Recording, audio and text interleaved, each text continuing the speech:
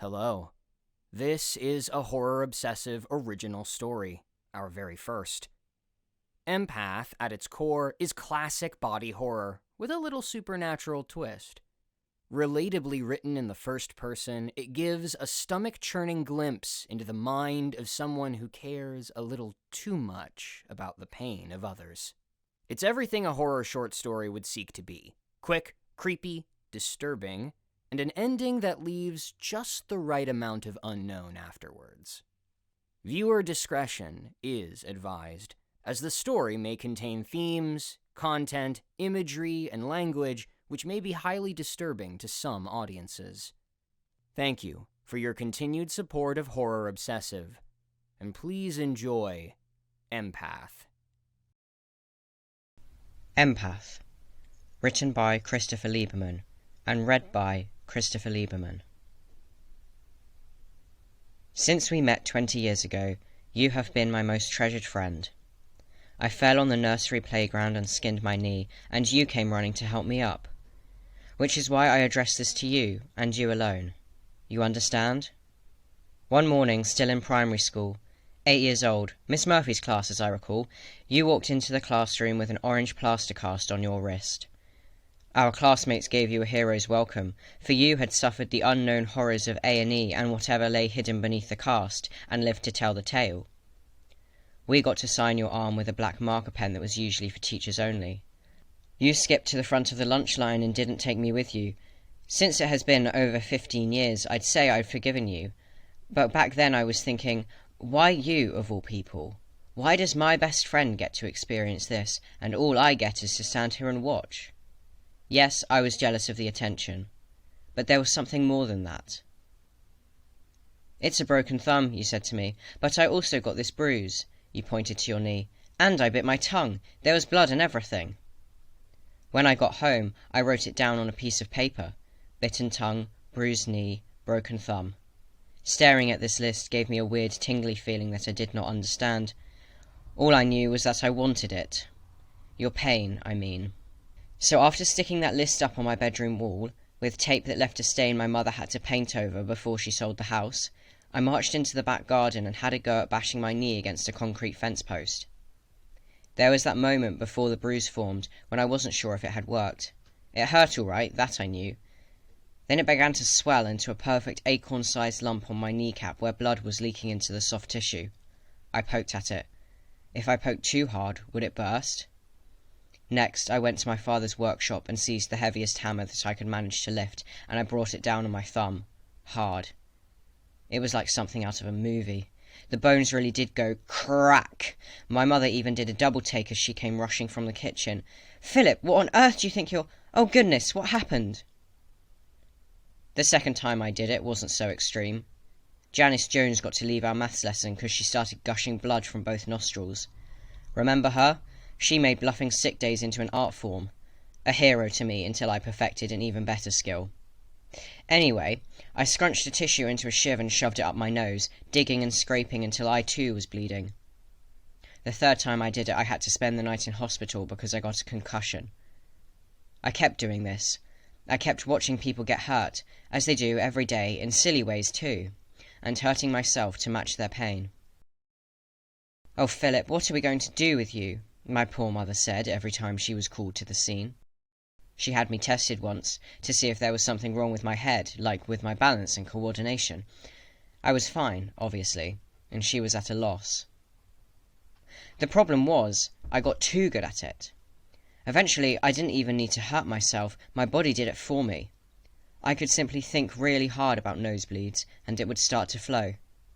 I know how that sounds, and I didn't believe what was happening at first either. Not until this power came to my aid, and yours, did I consider it was anything but coincidence. In our final year of primary school, our class moved to classroom J13 on the second floor. Because it was above the kitchen, the fire exit didn't go out the main door, but down an external concrete staircase that led to the playground. I dare say you've tried your best to forget this. One afternoon, we were traipsing back up the stairs after a drill, precious minutes spent fidgeting from one foot to the other while teachers counted and recounted heads, when you tripped and smashed your face on the sharp edge of concrete. I had never heard a scream like it. There was blood gushing from the cut on your chin, lush and crimson. I cried too, for although I was already well accustomed to the fragile nature of our corporeal forms, I was frightened by the helpless panic I saw in your eyes. You wanted me to help. I was your best friend. What could I do? But the teachers quickly descended and you were whisked away. The next day you walked in with a big scab on your face and people wouldn't stop staring, even people who knew what had happened. You were always kind of shy and introspective, so this sort of attention was too much for you. I tried just flat out telling people to stop pointing, but that was about as effective as a wet paper towel on a burns ward. Adults like to say that kids only know love, but they are so quick to spot anything that makes another kid different. It's what happened with your plaster cast, except now you were being ridiculed rather than revered. There's some evolutionary reason why we need to be good at noticing patterns and spotting the odd one out. The only way I could help you was to make it so you weren't the odd one out anymore. For instance, if I had a big scab on my face too. I began to imagine all the ways I could go about doing this, when suddenly I felt a prickling on my chin, and a throbbing in my knee, but I'll get to that. I poked at it, and felt that my skin was rougher, and I could pick it. I had manifested my own scab. Well, mission accomplished. I was perplexed, but proud. Look at Philip, people began to say. He's messed up his face again. I was clumsy Philip, and we were the chin twins. It was fine. You were fine. It passed. On this occasion, and every time after when I willed my own injury, I felt a burning in my left kneecap, the same one I bruised on the fence post. I touched it and it stung. The blood was hot beneath my skin and I could feel my pulse there. It happened every single time, and I came to the conclusion that my power was inextricably linked to the site of that first bruise. I could control it as long as I was awake. As a teenager, I had to start taking serious drugs every night to shut my subconscious down, because one lucid dream about a fist fight and I would wake up with broken ribs. Years later, I performed a dangerous experiment. In GCSE biology, our teacher decided to traumatize us with a documentary about human botflies. I know you remember it, because we talked about little else for weeks after. You know now why I have always been so fascinated by the human body, and why biology was therefore my favourite class. I took in every detail of the horror show on screen. A person bitten by a mosquito that is carrying botfly eggs may a few days later discover larvae wriggling beneath their skin. The larvae leave holes in the skin to breathe and eventually crawl out of their own accord, not before feeding on their host's flesh. I thought, there's no way I could do that, but nonetheless I found myself fixating on what it would feel like to have tiny insects burrowing through my flesh. Then, sure enough, the next morning I couldn't stop scratching my arm. "Will you cut it out?" you asked me. I thought this was an amusing choice of words. On closer inspection, I saw the tiny holes that would be a telltale sign of infestation. I prodded my skin, willing myself to see something moving beneath. But I couldn't. I supposed it must be that I could only forge the feeling, not the cause. Still, I had to be sure. So I went back to my father's workshop, where he kept all kinds of craft knives, and chose something with which I could split open my arm. Which I did, and out poured my blood, and riding on that scarlet wave were 24 maggots. They reared their heads from my wound like the space slug in Star Wars. I couldn't believe my eyes, or my luck. This was more than pain. I had forged life from nothing. Do you remember the day you came home with that soggy lump of wood in your backpack? It was from the forest, you said. You were going to grow fungi. I was bemused, still am, by your fascination with what is essentially mould and rot, but as you passed me in the front room, I reached out to high-five you as usual. In the instant our hands met, I felt pain in my leg. You had tripped in the woods and scraped your shin. I didn't have to think about it that time. Hell, I didn't even know the injury existed. That was the first, but not the last time it happened involuntarily. I learned eventually that the trigger was always contact through my palms. This was revealed to me in a truly bizarre manner after I went on a date with a girl on her period. We were walking back to her place from the bus stop. I suspected that tonight was the night, but when I reached out to hold her hand, I started to feel a searing pain in an organ I did not even possess. And when I excused myself to her bathroom, I found blood leaking from the tip of my dick. This put an end to the proceedings. I was 19 at the time, and I haven't had sex since, haven't kissed anyone or been on a date. But I haven't been lonely. I've been living with you, after all. I had to learn the nuance of what is and isn't an injury. When I met Janice Jones for coffee after so many years, I was deeply curious about her sex change. You probably remember she wasn't called Janice back in primary school, but afraid to shake her hand lest I castrate myself. No such thing happened, though, when she reached across the table to press the last biscuit into my hand. I was contracting people's pain, and Janice didn't have any. Not anymore. Now, before I continue much further, I must tell you with some sadness that I can no longer create an injury voluntarily. The story of how I lost that power is going to take us back a few years. You'll remember that I'm an only child, and you'll also remember the fight we had after I said that Elias Lasseter was the brother I always wished I had. How dare I say that about someone else? And Elias, of all people. You were incensed. Yes, he and I made an unlikely pair. Elias was the athletic, charming extrovert who adopted me when we were sat next to each other in Year 9 Spanish. I really meant it when I said it at the time, but looking back over my life now, I can honestly say that no one has been more like family to me than you. Anyway, I bring Elias up for good reason. He was the star rugby player on our secondary school team and went on to play at Loughborough. I had him on social media and I saw all of his posts over the years documenting his steady rise to sporting fame. Until one day he just disappeared. I mean, all photos gone, accounts deleted without explanation. I was curious, sure, but it didn't really warrant further investigation. The Year 9 Spanish was a long time ago. Some time passed, and occasionally the strange disappearance of Elias Lasseter entered my mind. For example, late at night when I began to speculate that perhaps he had never existed at all. But for the most part, I was preoccupied with my own peculiar affairs. Until I saw him again. You knew this was where I was headed. I finally learned the reason for his disappearance, and I was profoundly changed by it. "Philip, hey man, long time no see," he said, upon recognising me outside the department store in town. "What are you doing here?" I asked, as he closed the gap between us and clapped me on the back. My arms went around him gingerly, but I assumed that my chances of contracting an injury from a physical specimen like Elias were pretty low.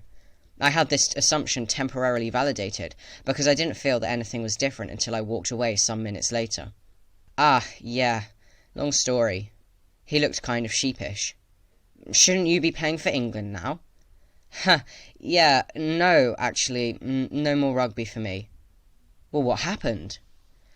"I went down in a game, got my knee stomped pretty bad, my own teammate actually. Yeah, so it's plastic now." He pointed to his left kneecap, and my stomach sank to the floor.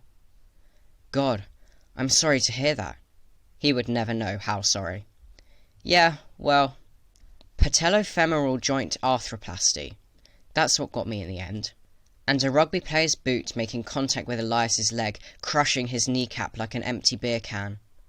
I wrote that up and taped it to my wall. A pretty unique injury to add to my collection, but the fact is that no kneecap means no more voluntary injuries.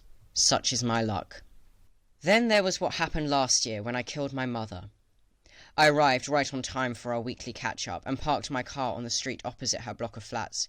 She had moved out of my childhood home after my father died of prostate cancer.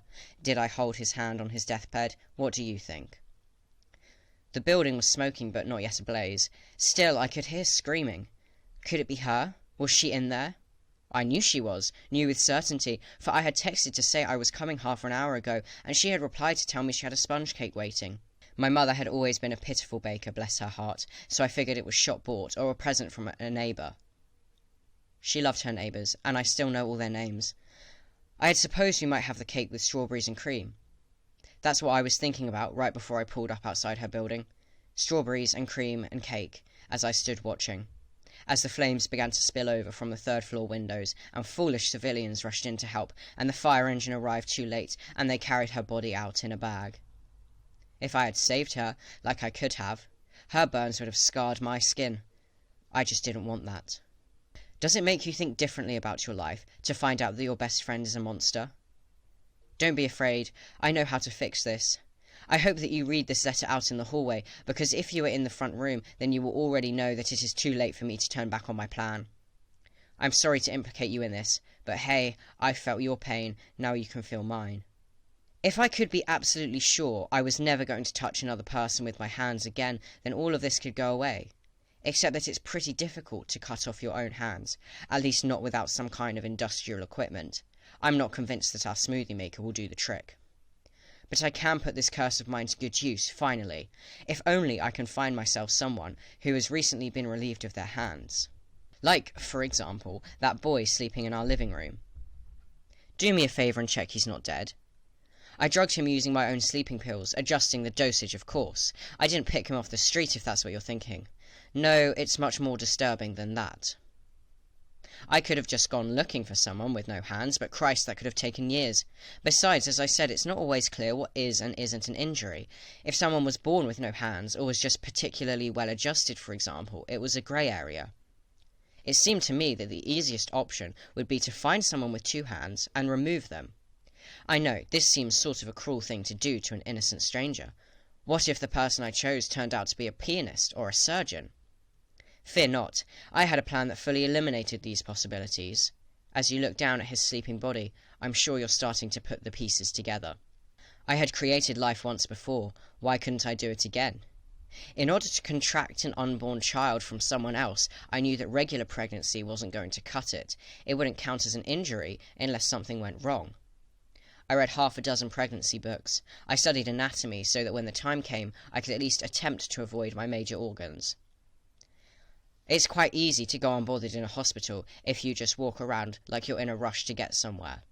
I had a fake ID badge, thanks again for helping me with the laminator, and my best white shirt tucked into some formal slacks, and the clincher, a stethoscope around my neck.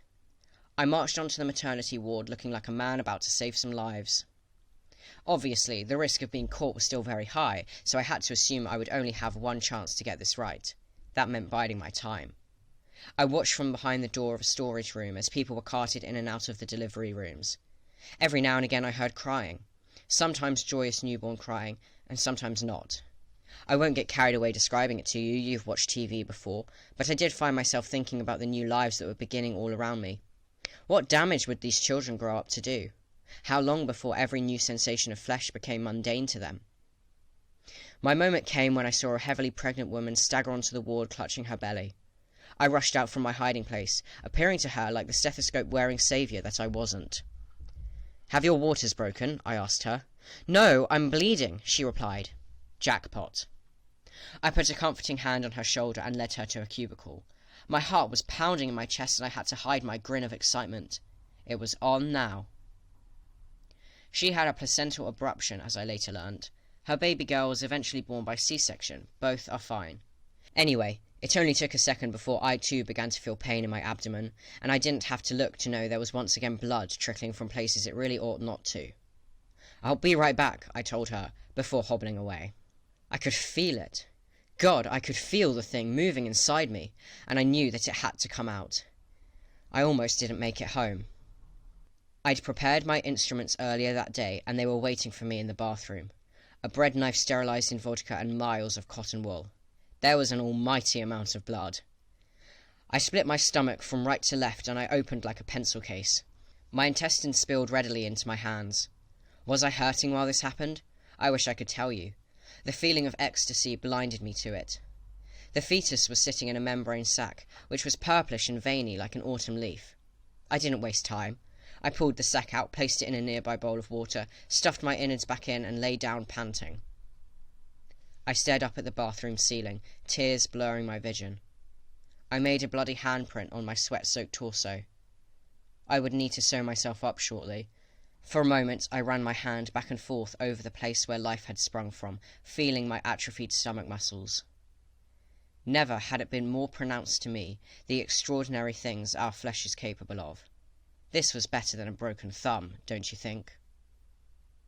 My reverie didn't last too long, because I suddenly remembered the baby was still in its sack. With some difficulty, I sat up. The membrane popped like a balloon, and pink liquid splashed all over the bathroom.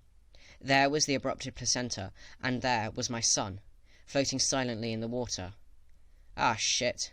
I picked him up, noting that there was an umbilical cord dangling from his belly button. It hadn't been attached to anything at the other end. It was like the leash of a dog in a disaster movie. I never gave him a name, by the way, but you can, if that helps you. Anyway, I picked him up and rubbed his back until he started crying, then I covered his mouth so the neighbours wouldn't hear. I suppose he must be a clone of me, seeing as how there was only one set of DNA to work with. I don't try to fathom precisely how he came to be. I already knew the why. If you think about it, that makes him more blessed than most. He has been sleeping in the bottom of my wardrobe for the past 3 months, while I have been working up the nerve to do what must come next. He's very well behaved, but I soundproof my room for the moments when he's not. I feed him formula, and yes, I change his nappies. Worse than maggots, I tell you. My mother never got to meet her grandson. It is her that I must return to now, because she is the reason why I am purging myself of my gift. With it, I purge my abominable cowardice. She gave me life, and I could not save hers. I gave my son life, and now he will save me. After fungi, you moved on to taxidermy. I sort of admire your commitment to the morbid. I still needed a saw to get through the bones, but your collection of sharp knives made it a much cleaner job, so thank you for that. I buried his hands in the garden. All I need to do now is go and touch him, and feel that jagged edge of bone where my saw separated him from his own flesh forever. This will be the last thing I write with my own two hands. Your friend, Philip. This has been a Horror Obsessive original story. If you liked it, please subscribe to our channel for more, and check out our previous stories. You can also check out horrorobsessive.com for interesting articles on horror of all kinds. And if you're interested in becoming one of our writers, please follow the link in the description below.